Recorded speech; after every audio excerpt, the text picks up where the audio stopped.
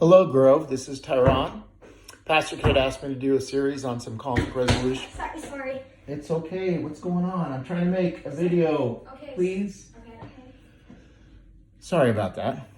Pastor Kate asked me to do a series on some conflict resolution skills that we can do during this stressful time. What are we having for lunch? Girls, I told you. Stop what you're doing. This is one thing that I really wish I could teach everybody, just how to stop your kids and have them do nothing.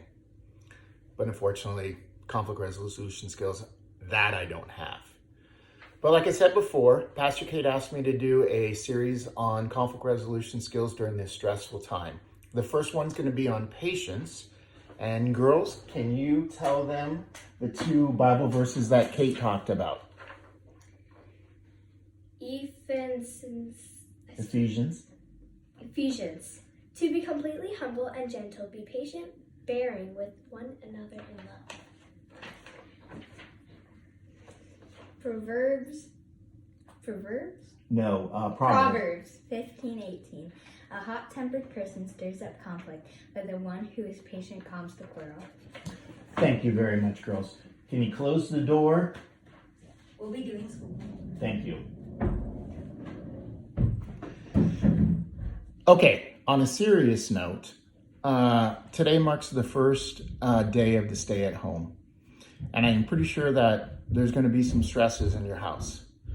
So what I'd like to do over a couple of series, these videos are going to be 3 to 5 minutes. They're not going to be too long, but they'll give you a couple of helpful hints during this stressful time. They're not going to be perfect. My girls and I practice that, and it's not going to be the greatest videos quality, but hopefully you can learn from some of these skills I'm going to tell you about. So the first one I would like to tell you about is something called forgetting to listen. I think it's really easy right now that we're in a stressful time, and when we're thinking about our family members or people in our house, we need to really learn to listen to what their emotions are and not sit there and when they talk, try to talk over them or not give them the time that is allowed for them to tell you about their own emotions. And that is especially with kids right now. Kids are in a very stressful time. They're used to being at school. They're used to be doing homework, playing with their friends. This can be very traumatic if we don't take some time to listen to our kids' emotions, take some time and have some patience and have that communication of how they're feeling and listen to what they have to say. Even when you're busy doing work, stop, take a breath, and allow the people in your family to talk with you. The other thing I'd like to say is we also need to not forget to listen to our own emotions or our ability to learn what we're thinking about.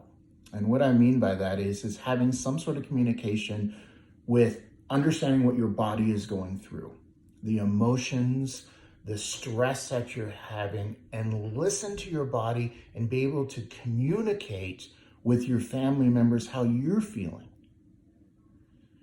There is also something that we have a tendency to do is something called mind reading.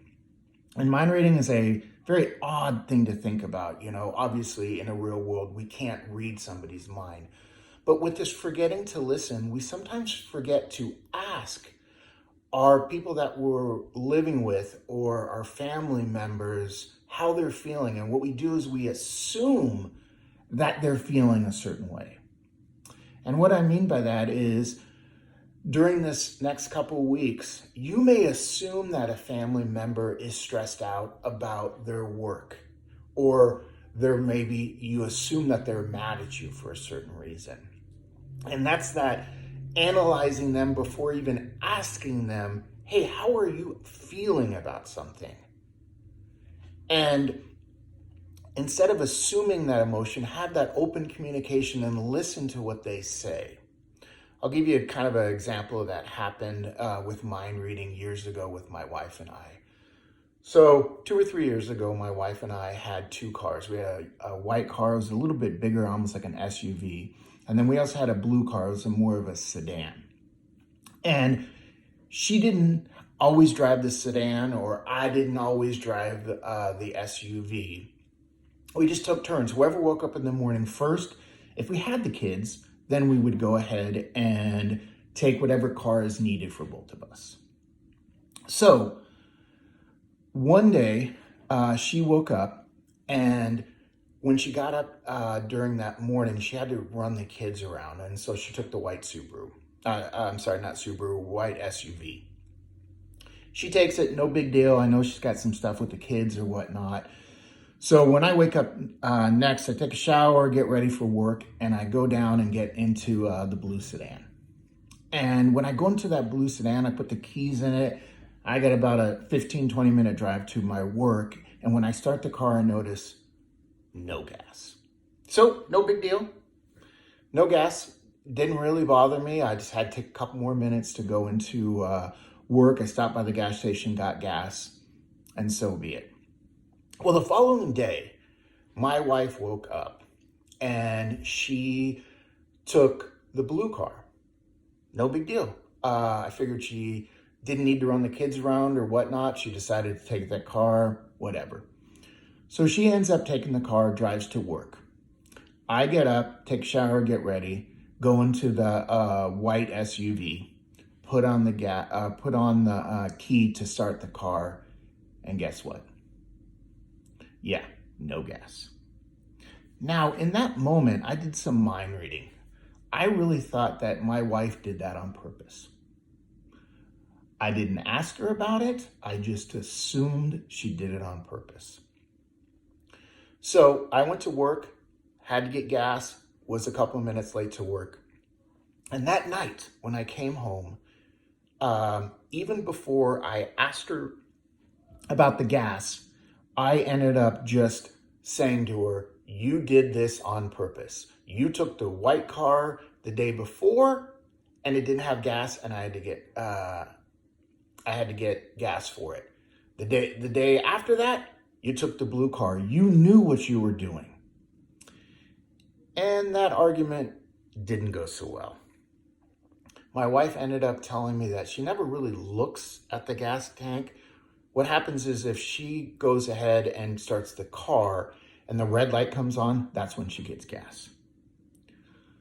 So to kind of end this, I don't want this to go too long, but during the week, take some time and listen to your family members and listen to yourself. Make sure that you have a awareness of what's going on in your body, your emotions, and your stress level, and communicate to your family. Secondly, don't try to mind read your family members or the people you live with. Ask them, take some time. How are you feeling?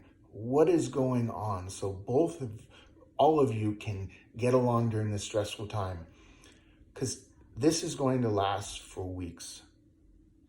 Hopefully this has been helpful.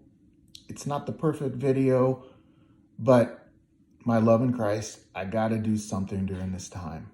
I'm unemployed because of this situation, but I know that God's going to get us all through this.